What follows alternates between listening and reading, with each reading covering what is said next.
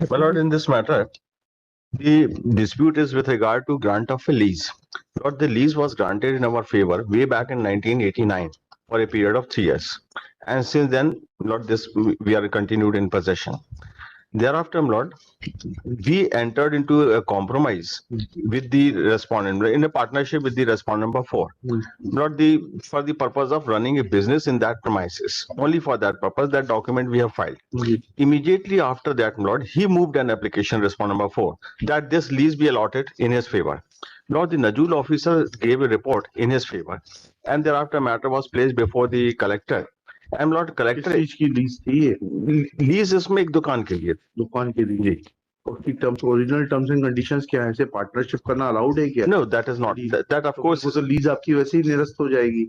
नहीं, आप किसको अलॉट करना है ये कलेक्टर नहीं, वो उन्होंने observe, that has been observed by the collector. तो भाई, once you have admittedly violated the terms and conditions of the lease, sir cancellation entering into a contract with somebody else for a partnership, then what is your locus? ये partnership हमारी business के लिए थी। अरे भाई जी, पढ़े उस partnership को, पढ़े पहले लीज की टर्म्स एंड कंडीशंस पढ़े। नहीं, इसमें सर ये मैं बता दूं कि ये डिस्प्यूट इस ग्राउंड के ऊपर नहीं, cancellation is not on this ground. जी, not he submitted an application. अरे ही मे हैव, नहीं, उसका collector has decided in my favour. Now the matter went up to the appeal and the commissioner has decided against us, so that order is under challenge in this matter. पढ़िए terms and conditions of the lease, पढ़िए पहले। जी, इसमें है ये page number, ये sir इन्हें tally कर दे। एक मिनट सर, ये P1 पढ़िए जी। P1 का इसका सर टाइप कॉपी देख लें, नेक्स्ट पेज पे लगी जी। इसमें लिखा है lease conditions number 1, the lessee shall pay in advance every month here sum of rupees so and so. ये कंप्लीट नहीं है, लीज डीड कंप्लीट नहीं लगाई है आपने सर। इसमें ये पहला पेज है। हाँ, इसके बाद में फिर पीछे आके इसके ऊपर उन्होंने इसी पेज पे ये मेंशन कर दिया कि आपको कौन सी लीज है, कितने एरिया। नहीं, इसमें क्योंकि इस पे जो है माय लॉर्ड, जो जहां तक ये सवाल इस लीज का है माय लॉर्ड, ये 1992 में ये लीज जो है वो खत्म हो एक्सपायर हो गई थी। उसके बाद ये 2014 तक मतलब लगातार ये इलीगल पोजेशन में थे। इन्होंने कभी रिन्यू कभी किया ही नहीं। इनका जो ग्राउंड 1 में इनने लिखे हुए हैं वो कम्प्लीटली फॉल्स है कि उन्होंने लगातार रिन्यू करते रहे हैं और रिन्यू करने के बाद उन्होंने नजूल को पेमेंट भी किया है। ये सारी चीजें जो है फॉल्स है। इसके अलावा माय लॉर्ड 2014 में जो रिस्पोंडेंट नंबर 4 है, इन्होंने वहां से अपनी लीज, टेम्पररी लीज के लिए अप्लाई किया और कलेक्टर ने ही इसकी लीज जो है उनको ग्रांट कर दी थी।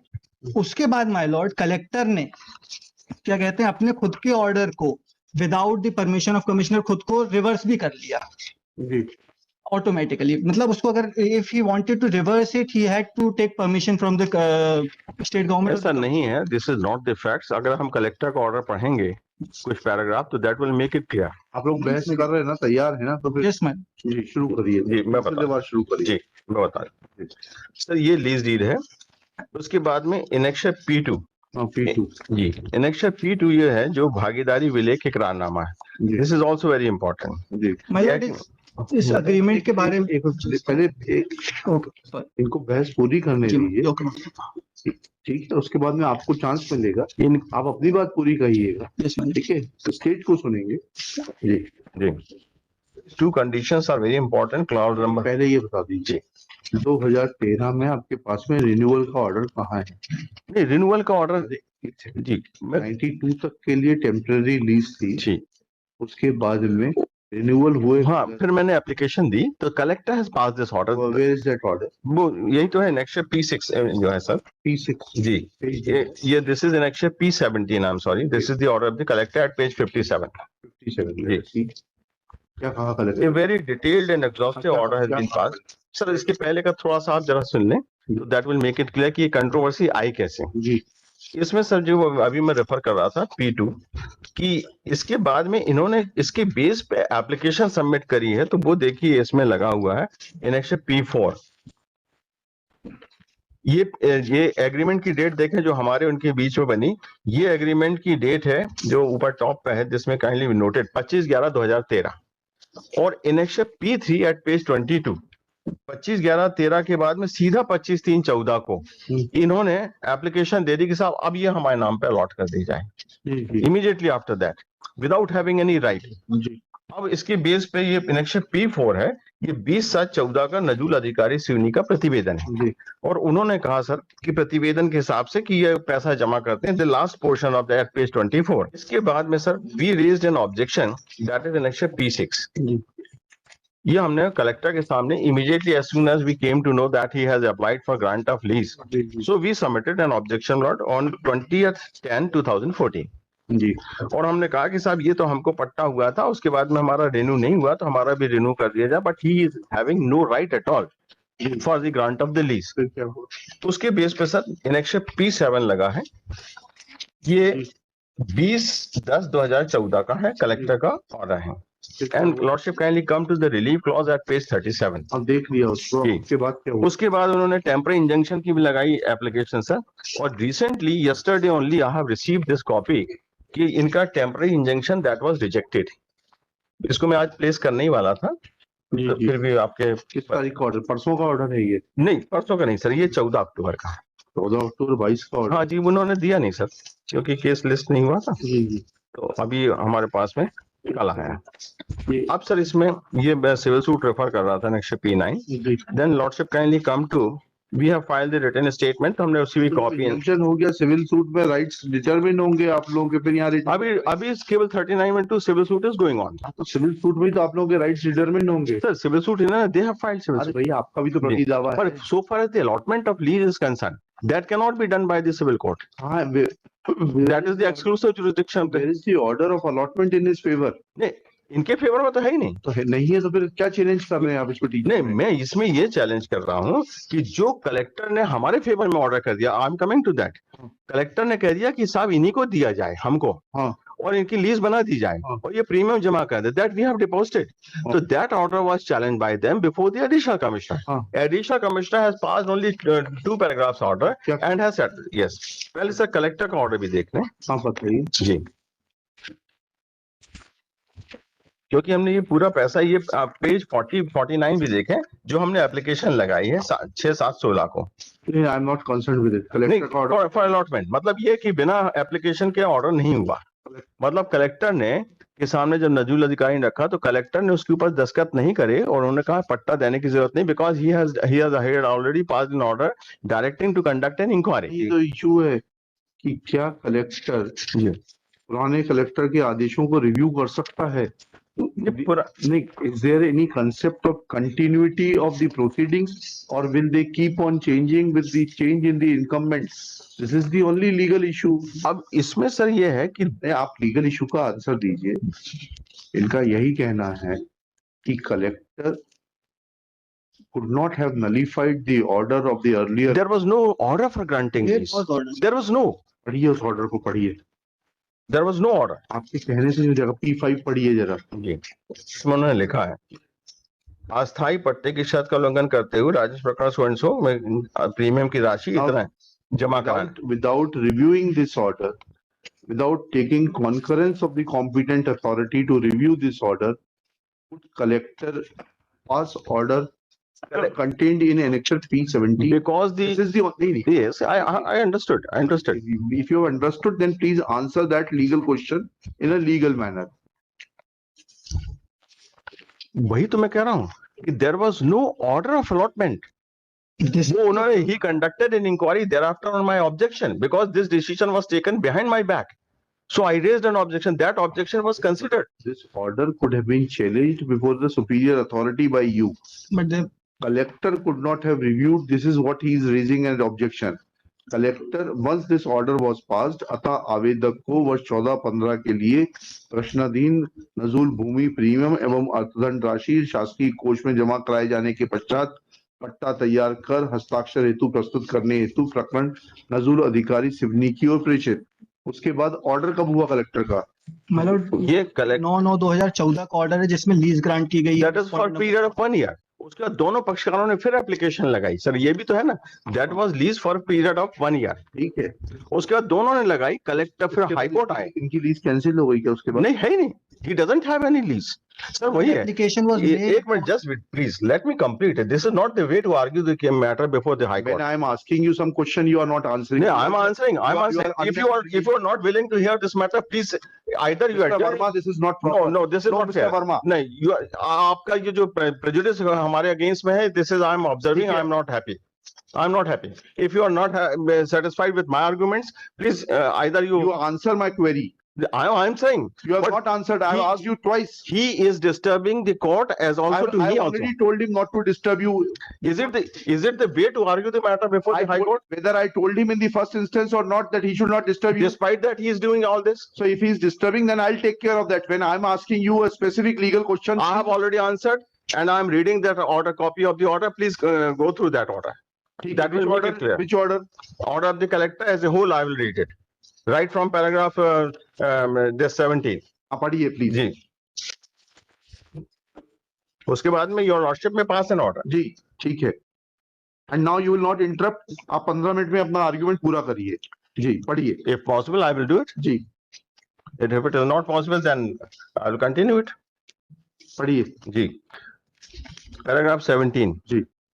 प्रकरण में उपरोक्त विवेचित तथ्यों आवेदक सहित एवं अभिभाषक प्रस्तुत किए गए दस्तावेज उसी प्रकार आवेदक अस्थायी पट्टेदार के अभिभाषक द्वारा किए गए मौखिक तर्क एवं प्रस्तुत किए गए दस्तावेजों का अवलोकन तर्कों परिशीलन पर प्रमुख रूप से यह पाया जाता है कि आपत्तिकर्ता अस्थायी पट्टेदार राजकुमार चक्रानी पिता सोनसो को नजूल प्रकरण नंबर सोनसो में नजूल भूमि की जांच रिपोर्ट 5/2/91 के प्रस्तावना के अनुसार तत्कालीन कलेक्टर सिवनी के आदेश दिनांक 28/12/91 से अवधि 31/3/92 तक के लिए अस्थायी पट्टा स्वीकृत किया गया था. नजूल अधिकारी द्वारा इस प्रकरण में विधिवत रूप से पट्टेदार लक्ष्मी प्रसाद नाविक को विधिवत सुना जाकर नजूल अधिकारी ने शपथ पूर्वक कथन किए. साथ ही लक्ष्मी प्रसाद नाविक द्वारा प्रस्तुत बिक्री करारनामा का सत्यापन भी कराया गया. अर्थात आपत्तिकर्ता अस्थायी पट्टेदार राजकुमार चक्रानी को पट्टा विधिवत पूर्व पट्टेदार की सुनवाई के पश्चात स्वीकृत किया गया. किंतु आवेदक विजय कुमार ताम्रकार के द्वारा प्रस्तुत आवेदन पत्र तैयार किया गया. नजूल प्रकरण 1600 में तत्कालीन नजूल अधिकारी द्वारा आपत्तिकर्ता अस्थायी पट्टेदार राजकुमार चक्रानी को सुनवाई का अवसर दिए बिना ही नजूल अधिकारी द्वारा तत्कालीन कलेक्टर के समक्ष नवीन पट्टा स्वीकृति की प्रस्तावना की गई. नजूल प्रकरण क्रमांक 1600 के अवलोकन पर ही पाया जाता है कि प्रकरण में संलग्न इकरारनामा जो कि दिनांक 18/6/14 को लिखा गया है, यह इकरारनामा पक्ष क्रमांक 1 राजकुमार सोनसो एवं पक्ष क्रमांक 2 विजय कुमार पिता सोनसो के बीच में लिखा गया है. इकरारनामा में किए गए हस्ताक्षर का मिलान अन्य दस्तावेजों के हस्ताक्षर से मिलान करने पर प्रथम दृष्टया आवेदक विजय कुमार ताम्रकार के हस्ताक्षर का मिलान तो होता है, किंतु पक्षकार क्रमांक 1 राजकुमार चक्रानी के हस्ताक्षर का मिलान नहीं होता. इसके अतिरिक्त संलग्न चालान 75,171 रुपए की राशि. यहाँ बताइए. Required to answer queries of the court. ये ऑब्जेक्शन कहाँ लिया है आपने कि ये जो एग्रीमेंट था ये फर्जी था? You point out specifically. ये भागीदारी अभिलेख है P2 ये फर्जी है. ये सर इसमें जवाब दावा लगा है. मिस्टर काउंसिल मैं बता रहा हूँ आपको ऑब्जेक्शन ये मैं not raise your voice. Yes sir हम लोग वॉइस रेज करने का सवाल नहीं है. बस अब आप बताइए P2 की कहाँ आपत्ति है? केस फर्जी है. ये आप P6 पढ़िए sir. P6 page number P6 का जो आवेदन ऑब्जेक्शन है. हाँ पेज 26 बताइए. जी ये लिखा है आवेदक विषय में भी है. आवेदक रिफ्यूजी की 12 पत्थर ब्लॉक को अनावेदक के द्वारा साजिश पूर्वक रूप से फर्जी तरीके से कूट रचना कर अपने अधिकारों का दुरुपयोग कर भ्रष्ट तरीके से. अपना सवाल नहीं समझा पाया. अब मैं आगे पूरा पढ़ता हूँ सर. P2 जो है वो फर्जी है इतना बता दीजिए. आपने कहाँ लिखा है? P2 फर्जी का तो हमने जवाब दावा में भी लिखा है. इसमें भी देख के बता देता हूँ. क्योंकि आपके कलेक्टर साहब यहाँ कह रहे हैं कि वो अभिलेख को मिलान करने पर आपके हस्ताक्षर फर्जी पाए जाते हैं. जी वो आपत्ति कहाँ है आपकी? ये sir paragraph 6 page number page 27 पढ़िए. जी यह कि मुझ गरीब की आर्थिक स्थिति ठीक नहीं होने से किराए के धंधे में घाटा होने से कर्जा होने से मैंने अपनी पट्टीयुक्त दुकान में अनावेदक क्रमांक 4 के साथ मिलकर बर्तन का व्यवसाय करने हेतु भागीदार विलेख 2013 में निष्पादित कर बर्तन का व्यवसाय कर रहा हूँ. मेरे पार्टनर अनावेदक क्रमांक 4 ने कूट रचना का झूठे दस्तावेज तैयार कर नजूल अधिकारी नजूल सर्वेयर नजूल रीडर से सांठगांठ कर मुझे अस्थायी पट्टे पर प्राप्त भूमि को क्रय कर लेने के आधार पर उक्त भूमि का पट्टा उसे दिए जाने की मांग की गई, जिस पर अनावश्यक क्रमांक 1 से 3 ने साजिशपूर्ण कार्रवाई करके अपने पद व अधिकारियों का दुरुपयोग कर मुझे बिना सुने मेरे पीठ पीछे इतना इतना पट्टा क्रय किए के आधार पर वो कर दिया। ये कूट रचित। अब कलेक्टर का सर फिर से आप ऑर्डर देखें जो मैं पढ़ रहा था। जी पढ़िए आगे। कलेक्टर के ऑर्डर में उन्होंने ये बड़ी क्लियर फाइंडिंग दी है कि किसका राइट है और किसका नहीं, और उन्होंने कहा पैसे जमा करें। पैराग्राफ 18 हाईकोर्ट के ऑर्डर, इसमें पेज नंबर मैं बता दूं,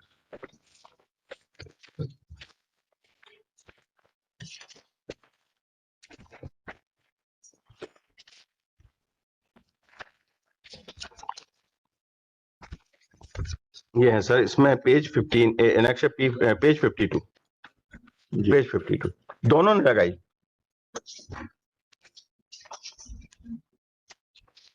दोनों ऑर्डर आप देख लें। ये पहली वाली जो पिटीशन है सर, ये WP 8513/2017, this was filed by the petitioner Rajkumar Chakrani, और इसका ऑर्डर ये सर 4/7/17 का, जिसमें हाईकोर्ट ने ये सिर्फ यही कहा है कि respondents have allotted a temporary patta on 25/3/85 in favor of one Lakshmi Prasad Navik, and the petitioner has purchased the commercial and made so and so Lakshmi Prasad itna itna. Respondent number 2 had granted a permission and renewed the patta in his favor. The petitioner thereafter filed an application for renewal of the said lease in Annexure P6. He submits that the said application is pending consideration before respondent number 2 and 3. He therefore prays that an appropriate direction may be issued to the respondent number 2 and 3 to consider and decide his application for renewal. Thus, without entering into the merits of the case, the petition filed by the petitioner is disposed of with the direction to the respondent number 2 and 3 to consider and decide the application in Annexure P6 submitted by the petitioner for renewal of lease within a period of 60 days from the date of receipt of certified copy. This was order in my case. और फिर इन्होंने भी एक लगाई sir, ये Annexure P16 है at page 53। इसमें भी सर इन्होंने कहा कि हमने एप्लीकेशन दी हुई है, तो उसमें भी आया the collector Seoni is directed to decide both the applications. Lordship, kindly come to page 56, the last paragraph. The collector Siuni Now we continue after lunch.